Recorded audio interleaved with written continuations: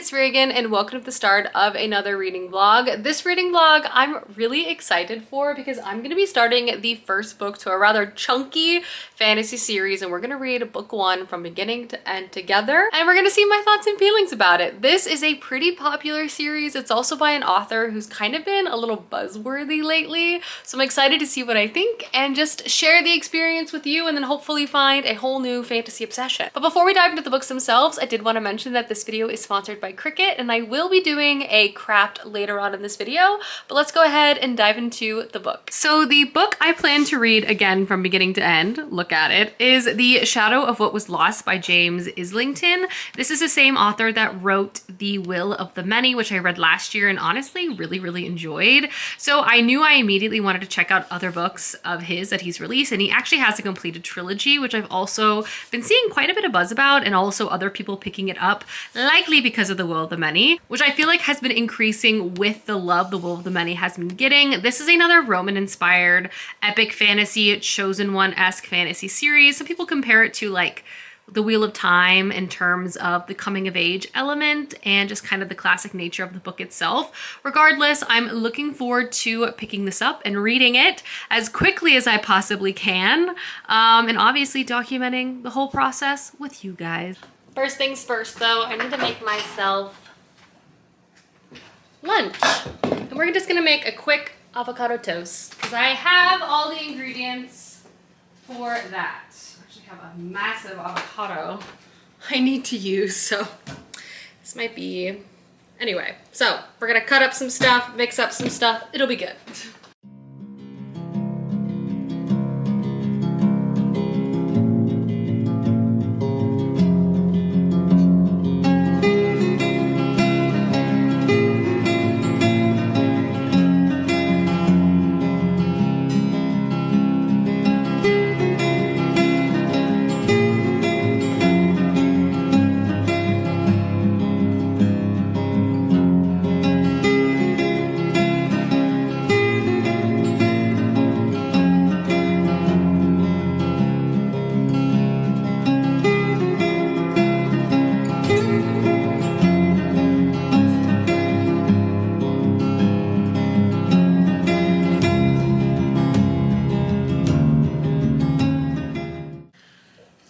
Yum. Avocado toast spread complete. I'm about to sit down. I have completed work. It's later in the day. My avocado toast was quite delicious. I feel like I'm about to have not a full hyperfixation on avocado toast because I'm still not over my turkey sub sandwich. In fact, I'm gonna have my turkey sub sandwich for dinner. But I kind of go in waves with lunch. Like I'll eat it a bunch and then I won't make that lunch for like 6 months, and then I like remind myself it exists and I'm like, oh yeah, this is so good. But anyway, I'm gonna make some tea right now because I'm gonna sit down and put a reading playlist on, a little vibey music. And I'm gonna start my fantasy book and also maybe have a Reese's egg alongside. There's nothing like starting a fantasy series with like some epic instrumental music. It's the energy I'm trying to bring to this reading experience, you know? So time to get started.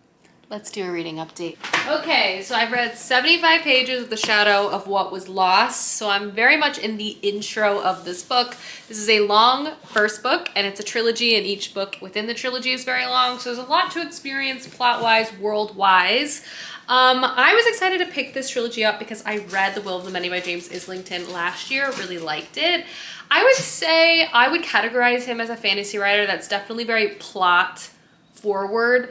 Writing style, is it necessarily like, it's not that it's bad, but it's not necessarily like a selling point, if you know what I mean. But anyway, The Shadow of What Was Lost is... honestly, I can see why it's compared to The Wheel of Time structurally and vibe-wise in terms of the classic tropes it's utilizing. We have a main character, but this definitely feels like it's going to be an ensemble story of like young people who are friends and comrades, like working together. Our primarily main character is a character named Davian, and he is basically someone known as a gifted. And he's basically lived and been going to this school for gifted for many years now. In this world, The gifted and these more powerful individuals called augurs once completely ruled everything. They were immensely powerful and obviously misused their power. So there was an uprising and a rebellion. And now the gifted, now heavily controlled by this thing called the treaty. They're basically completely ostracized, completely controlled by the government. Their power is controlled, they're, you know, mistrusted, all of these things. Like everything has basically been reversed. And the legacy of this war is complicated because the rebellion obviously might have been founded in something, but people like Davian, who wasn't even a part of that conflict, is now obviously, you know, being heavily mistreated and having a very difficult life. With Davian, we meet two other characters. One is named Wirr, W-I-R-R, who's like his BFF. He is powerful, he's smart, he's charismatic, he's charming, they get along, they've gotten along for many, many years. He's clearly hiding something, some type of mysterious past, which I'm sure will be uncovered soon. There's also a character named Ash, who is the lone female character I feel like I've encountered so far, and Davian is in love with her. She's also cool and capable and all of these things. At the beginning of this book, there's something called the trials that's about to happen. Basically, gifted take a set of trials, which kind of gets them to the next level of their like magical education, and then they go into some bureaucratic based jobs, again heavily controlled and regulated by the government. And if you don't pass these trials, you become something called a shadow, where your magic is basically removed and you basically are like the lowest caste of society. Everyone mistreats you, no one likes you, that sort of thing. This is complicated because Davian has abilities. He can tell if people are lying, but he's never been able to utilize his essence, his gifted powers. Those have kind of been locked up. It's a mystery. At the beginning of this book, something wild happens, forcing a few different things to occur. Davian and Wirr set out on a quest. Davian's very much chosen one energy. He's given a magical ancient artifact and is like, you gotta head north. You'll know it when you find it. You gotta get training. But the person sending him on this journey, can we trust him? We don't know. I don't think so. We have Ash, who is now a separate storyline where she's kind of still in the kind of head government area where the gifted are, and she's kind of acting as a spy situation for powers that be. And then we've run into some other characters already along the way. Here's the deal. My initial thoughts and feelings about this book are, it's very classic, and I also think it's a little clunky in its writing style.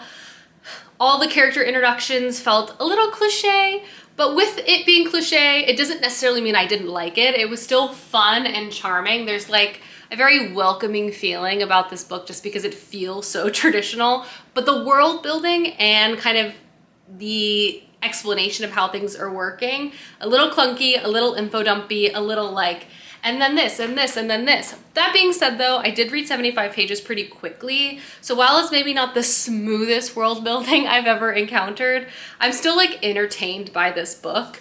It's giving me like Malice vibes, like Faithful and the Fallen vibes. Not that the stories are the same, but like the style of the writing and structure of the books remind me of each other. So like if you like Faithful and the Fallen, I feel like you're gonna like this. It remains to be seen with me, but I feel like I'm gonna like everyone. All the characters are like young, on the precipice of something, so they're easy to root for. But the plot is like a little clunky, but it does move really quickly, like really quickly. Like the amount of stuff that's happened in the first 75 pages, I'm like, what? Like I thought this was gonna be like a school setting book for a while. No. School setting, starting point, we are out of there. We are moving on. Powers that be are, you know, doing things, and that's that. So far so good. I wouldn't say it's the best thing I've read so far, but it's reading quickly and I'm entertained. So pros and cons, pros and cons. Fixation sandwich acquired. Now it's time to go watch trashy reality television. Matilda and I watching our trash TV. I'm Launder and I'm about to play Stardew Valley. Hello, I made myself a bowl of oatmeal. Look at all that fruit. I'm like a toddler. I'm gonna sit down now and enjoy this. Then I'm gonna do my hair, and then we're gonna craft. Ooh, and I'm so excited about it. Hi guys, it's time to officially sit down and do a craft together, because quick reminder, this video is sponsored in part by Cricut. I love my Cricut so much. They have truly made crafting so much more approachable and achievable for me. But if you're not familiar, Cricut makes a variety of machines and materials that pair so well together to help you make and create so many different things. I have made things used for my dinner parties, holiday decor, bookmarks, to organizational labels. Like, truly the world is your oyster. And today's craft I'm so excited for because I'm actually hosting a bit of a spring tea party for myself and some friends. So I wanted to make a little felt flower party favor to send them home with. Of course, before we go into the details of the craft itself, I'll have the craft link below, as well as all of the materials and the machines I'm using today. But let's talk felt flowers. So the materials I'm gonna be using are actually pretty straightforward. Pretty much all I need is felt. So I have my Cricut felt sheets. I have so many different colors to choose from. For the flowers and the leaves I'm gonna be using today, I also picked up some wire floral stem for, you know, the base of the flower. And then I have my hot glue gun and my machine. I have two different patterns that I can create. Both of them are super straightforward. So these are the flowers themselves. You basically fold it up and it'll make like a petal. It's so cool. So these spiral designs will turn into flowers. I also adjusted the size for the flower size I'm personally looking for. Then I also have a different design for the leaves. So I'm gonna print both of these out in the felt that I want, and then it's time to assemble. It's so straightforward, and I think it's gonna be so cute. I've selected my material. I have my first felt color on the mat. Just load into the machine and then we just press go. It is cutting away. On to the next flower. And now we cut some leaves. Alrighty, I have some leaves. I have more than these 2 leaves. And now I'm going to put these spirals and make them into flowers.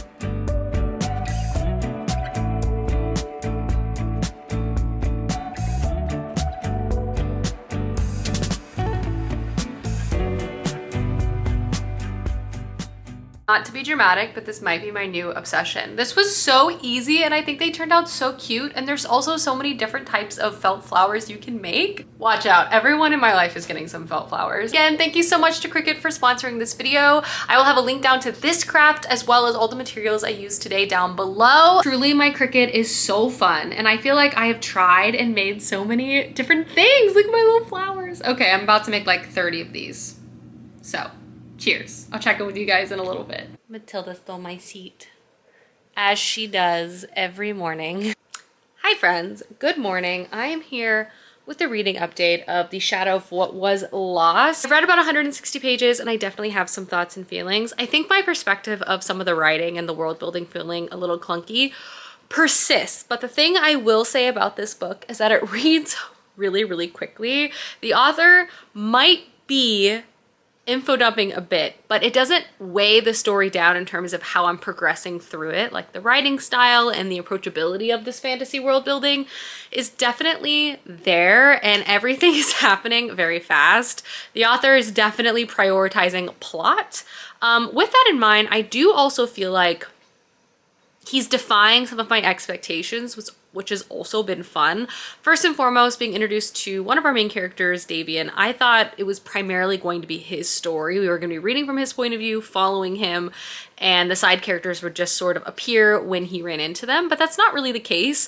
Not only do we have other perspectives we're following, but it also feels like the lives and stories of side characters are very significant to the plot, not only in the roles they play politically, but like the mysteries and what we learn about them throughout the story is also significant and important. And don't get me wrong, I haven't learned much about a lot of these characters, but you just get the sense that there is something that's unclear. And something that the author has done a lot so far is present us two different sides of the same story about a situation, about a group of people, or about a person, making it murky to the reader about what is actually the truth. Should we trust them? Should we not trust them? But also making it murky to the character we're following as they're trying to navigate like complex political situations. Should they put their trust in this person as they're progressing through their quest or trying to do their job? Or should they believe this other person when they warn them against this person? Like the motivations, the history, everything's a little unclear, and he employs this quite a bit. And it definitely adds like a fun element in the way that I'm like, oh, I don't know who to trust. But there are a lot of characters definitely I've encountered so far.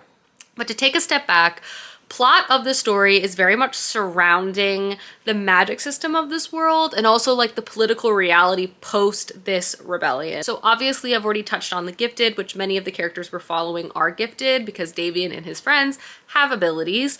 But alongside the gifted, there are individuals called administrators who are non-magical individuals who have the role of enforcing the tenets which were passed with the rebellion. And the tenets themselves aren't just a set of laws, they're like magical laws that are enforced like on the land. Like it's not just you break them, you get caught, you go to jail. Like you're physically unable to break the tenets. Like you cannot do it, which is kind of interesting. But the administrators obviously don't like gifted individuals. Gifted individuals obviously don't like administrators because they are often mistreated by administrators. We also have a royal family who controls the tenets. They, like once in a generation, can alter them. So they have like political stuff happening. And then they're also surrounded by a bunch of different kingdoms who were impacted by this rebellion and also view magic and handle the reality of magic in different ways. And then alongside all of this, the augurs who once ruled this land like a few generations ago, pre-rebellion, had a variety of powers, one of which they could read people till they were lying, they could infuse people with like memories, they could make people forget stuff. They also, though, and kind of most importantly, had visions and prophecy of the future.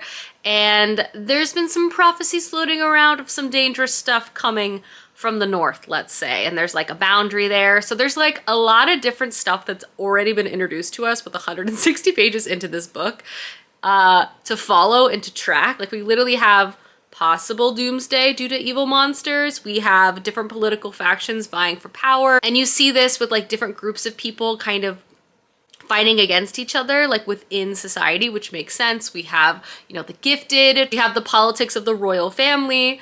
And within all of this, we see our characters sort of move through the world. Obviously, Davian and Wur are on a quest, and along the way so far, they've collected a few other individuals who we don't know if they can trust. They have murky past. We're also following Ash as she has become involved in more royal politics. She's kind of been plucked to be a scribe, and she's kind of thrust in the middle of like some very complicated things, and she similarly doesn't know who to trust.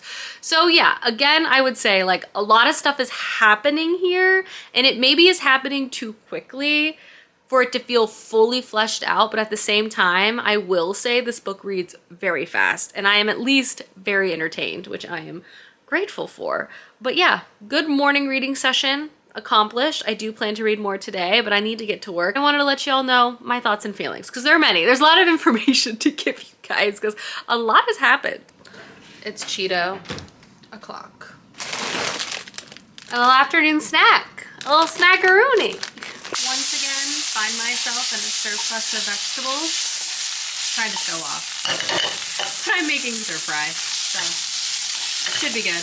I also fried up some Spam. Should have maybe recorded before I smothered the whole thing in spicy mayo, but here we are. I'm gonna go eat. Hello, I'm about to put the faux fire. Ooh, I'm about to put the faux fireplace on for some ambiance and sit down and read more of The Shadow of What Was Lost. I also owe y'all a reading update because I have read an additional chunk right when I finished work. And I continue with my sentiment that this book reads really, really fast. There are more and more things that this author is also introducing to this plot. I'm not like mad at it from a plot device point of view. There are a lot of characters, and I'm just not confident all of the characters are gonna feel fully fleshed out. I don't necessarily mind them in the background. We have basically two primary plot lines sort of happening. We have Ash, who's at the Capitol sort of working a duplicitous job, trying to balance the expectations and balance the power that exists between two opposing groups. She's also now working alongside some unexpected individuals who are powerful in and of themselves, and they're all kind of having to rely on one another. I really like her storyline. One, I like her as a character. Two, I think the surprises of her plotline so far have been really interesting to me. And I also feel like the side characters that have been introduced that she's now surrounded with, I'm intrigued by, and I also feel like they will be like interesting and central characters to follow throughout this book and the rest of the series. In plotline, which is more of a quest, is also like, I'm intrigued by both plot lines. More and more characters are sort of being introduced to Davians, which could work, but I need to kind of get settled in, and I'm starting to get a little nervous. I'm gonna like not remember everyone that we're introduced to. That being said though, one thing that's been really fun, and I'll reference again, is this author really likes to give us characters that we don't know if we can trust them, but he'll have like reveal moments and you're like, how are you going to interpret this?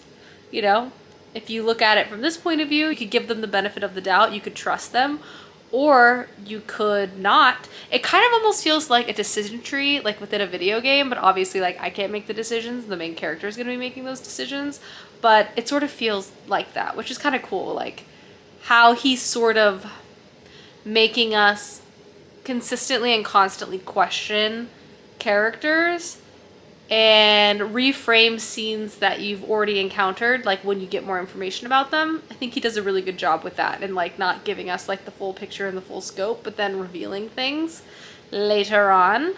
But yeah, I'm liking this book so far. Nothing wild has happened. I'm still very much in the introduction part of this book and story, but it's moving along at a pretty steady clip.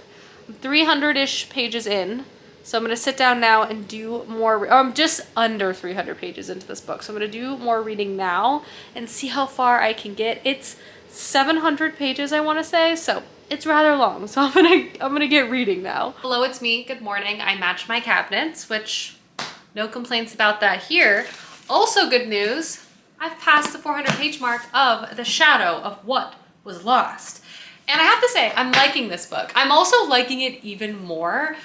The strengths of this book continue to be the plot, and is the plot plotting right now. I mean, like, it is going in so many different directions. Things are happening really quickly, sometimes to its detriment, but mostly to a positive experience, because like I don't even know like where we're gonna go with this story, and there's been some inclusions to like the world and plot that make it I don't want to use the word convoluted, but make things more complicated, and more complicated than I was anticipating. We've got, you just like, you don't know who to trust. Like, basically being introduced to a lot of information without context.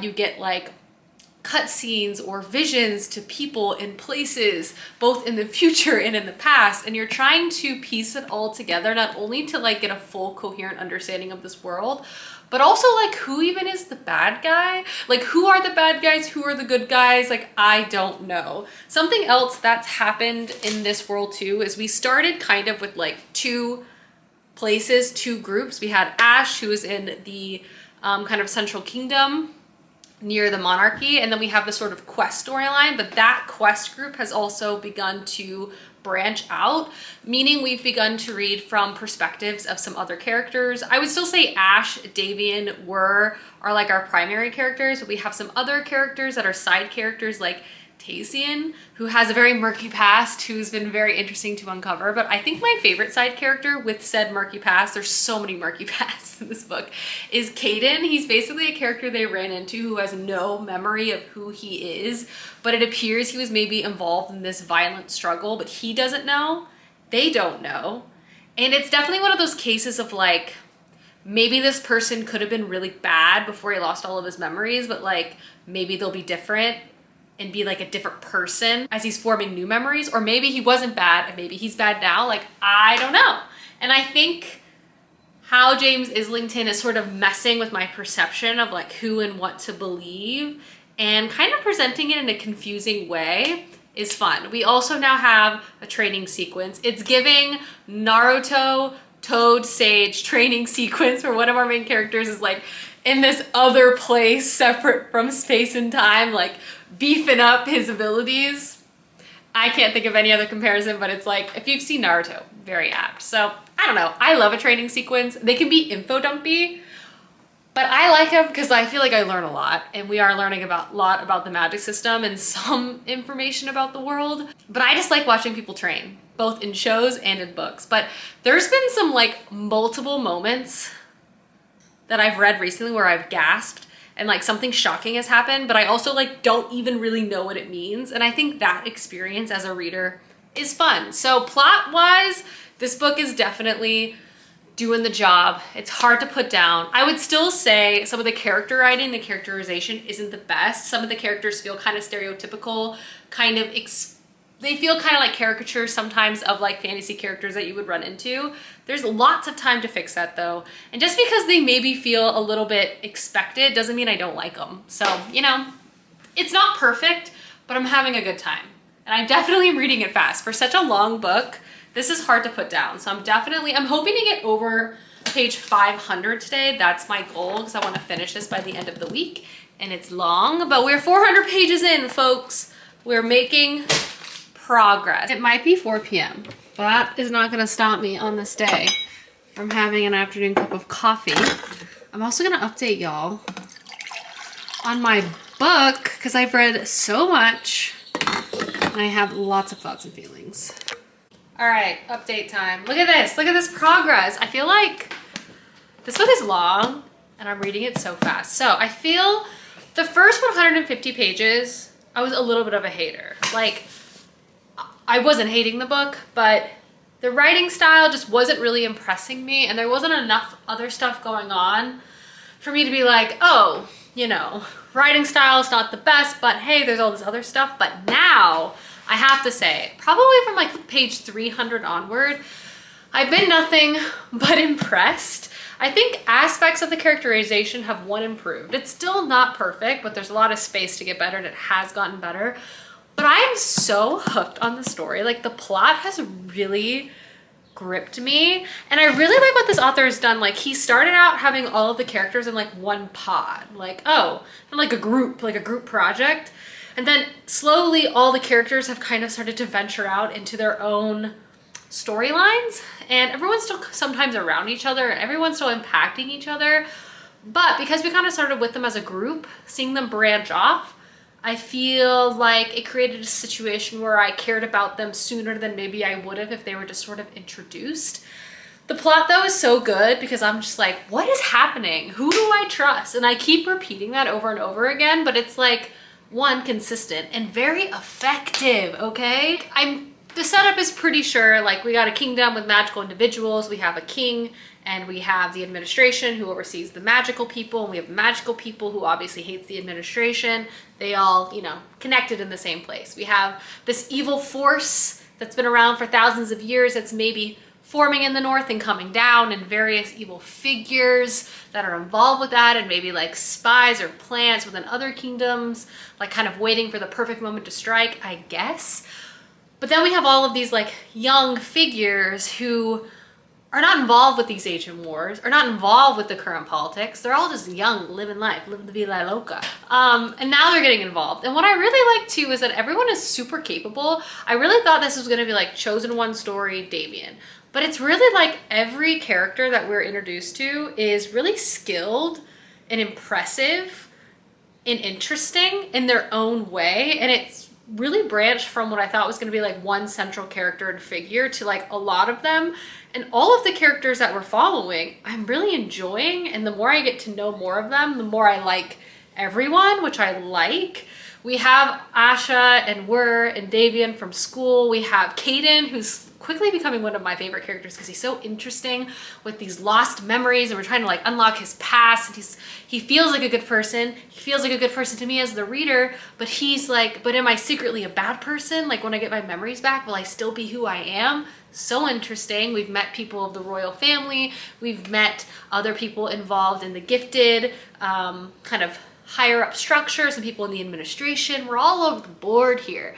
And it's so interesting. And the thing is, I still don't know exactly like where we're culminating to for book one, but it feels like it's growing and it's growing quickly. Like the conspiracy of stuff, I feel like things are really gonna start to reveal itself. But there's been a lot of like mini reveals too, or like not even reveals, because I don't really feel like I've gleaned much from them, but just like shocking moments throughout book one, and especially those are accelerating, where it's making me really excited. But yeah, I really went from being like to oh to hey to wow throughout the reading experience of this book, which, you know what, I'll take, because the reverse of that is always so much worse. I really feel like this book has found its footing and it's really like starting to accelerate, and it's very easy to read and it's fast to read, so I'm having a lot of fun.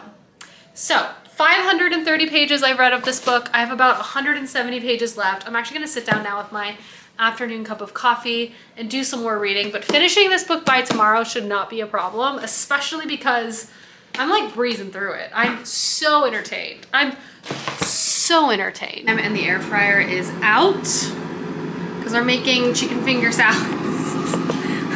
Where it's basically chicken fingers on a salad with all the random stuff I have in my fridge. So, wish me luck. Chicken finger salad is served. Delectable. Guys, I'm so sleep deprived.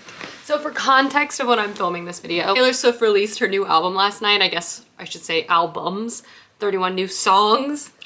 Oh my God, I was overwhelmed. So I stayed up really late listening to that. And also it's kind of taken over my whole morning. So that's kind of why I haven't checked in for a second. And I haven't read a page since like yesterday afternoon, but I feel like I have processed and I'm ready to get back to reading. That being said, quick sidebar. Favorite initial songs, So Long London, But Daddy, I Love Him, The Smallest Man Who Ever Lived, probably my top 3. At the moment, that could change at any time. There are too many songs. Like, not in a bad way, but also like, I feel like I've only just scratched the surface. You know what I mean? But we're pivoting back, we're getting situated back into real life, into existing, and I'm happy to report that my feelings and excitement about this book have not changed. Huzzah. I have 130 pages left, truly in the home stretch, especially given like the length of this book. And I imagine I'm kind of in the final plot sequence, like before book one is over, and I'm quite captivated. So if anything can pull me out of my Taylor Swift thought spirals, it would be this book, because at least it's very entertaining and you know, that. But anyway, I'm gonna sit now and do some reading. I just feel like I am not functioning fully mentally, but we are going to get it together. I promise. Okay, goodbye. Hello, I'm a barely functioning human being. I'm on my 3rd caffeinated beverage of the day, a latte, because you know it is Friday. And I'm gonna sit down and do some more reading. Look at that. We've got so little left. Oh, I'm so excited to see how this is gonna wrap up too. Hi friends, I've officially finished The Shadow of What Was Lost, so let's go ahead and talk about this very long book one to a very popular fantasy trilogy, I must say. So I would say my high level thoughts and feelings of this book are that it's not perfect. The writing definitely leaves something to be desired, both in its stylization and its characterization. Sometimes the world building and the character building can be a bit clunky, a little rushed, a little info dumpy at times. That being said though, while the writing isn't perfect, this book is very entertaining. The plot and the plot progression of this book really hooked me. And while I definitely feel like it could have been delivered better in some regards, especially in the beginning, I was still very entertained while reading this book. So I would say that I still definitely feel like it's worth picking up. And I personally will be continuing on with the rest of the series because I transparently like need to know what happens next. I like that this story from a plotting and character perspective point of view kind of started off with like a smaller group of characters, and then it grew and grew and grew throughout the series, and now going into the rest of the series we have so many different jumping off points to read from and experience, characters traveling and existing in different places, and the political aspect of this world is very unclear to us and very murky, which is why I feel like this book is so entertaining. There are a lot of different power players, there's lots of different twists and turns, and I feel like while I was able to guess some of them, a lot of them took me by surprise. So I do feel like if you're looking for something that's very plot forward, this is a great series to check out. I also feel like this is a very approachable fantasy series. The writing, again, is pretty straightforward, and it's confusing when it's supposed to be because like the plot is trying to trick you, but like it's not hard to follow character motivations or other aspects of the story, though. I will say what I'm just trying to say, like, this is not perfect, but at the same time, I had a really good time reading it, and I like the characters, I like this world. I'm curious to see where it's going to take us next. I'm hoping there's a little bit of growth in some of the areas I've commented on, but overall, I do feel like it's definitely worth the pickup. And I think I'd give this book like a 3.75 out of 5 stars. The parts that I liked, I really liked. The parts that I didn't love, I definitely felt like were just okay, but I read it so fast. Like, I read this really long book in like 4 days, so I do feel like that speaks to like the plot pacing itself. And I do know the author has it in him because I read The Will of the Many, where I feel like the issues I had with this first book of this series were definitely improved upon. So I'm hoping throughout the rest of the series, those aspects will be, you know, altered a little bit. But yeah, I hope you guys enjoyed this vlog. New book to a new fantasy series. We're starting new stuff. We're checking out new worlds. I hope you guys enjoyed this video, and I will see you soon with another one soon. Goodbye.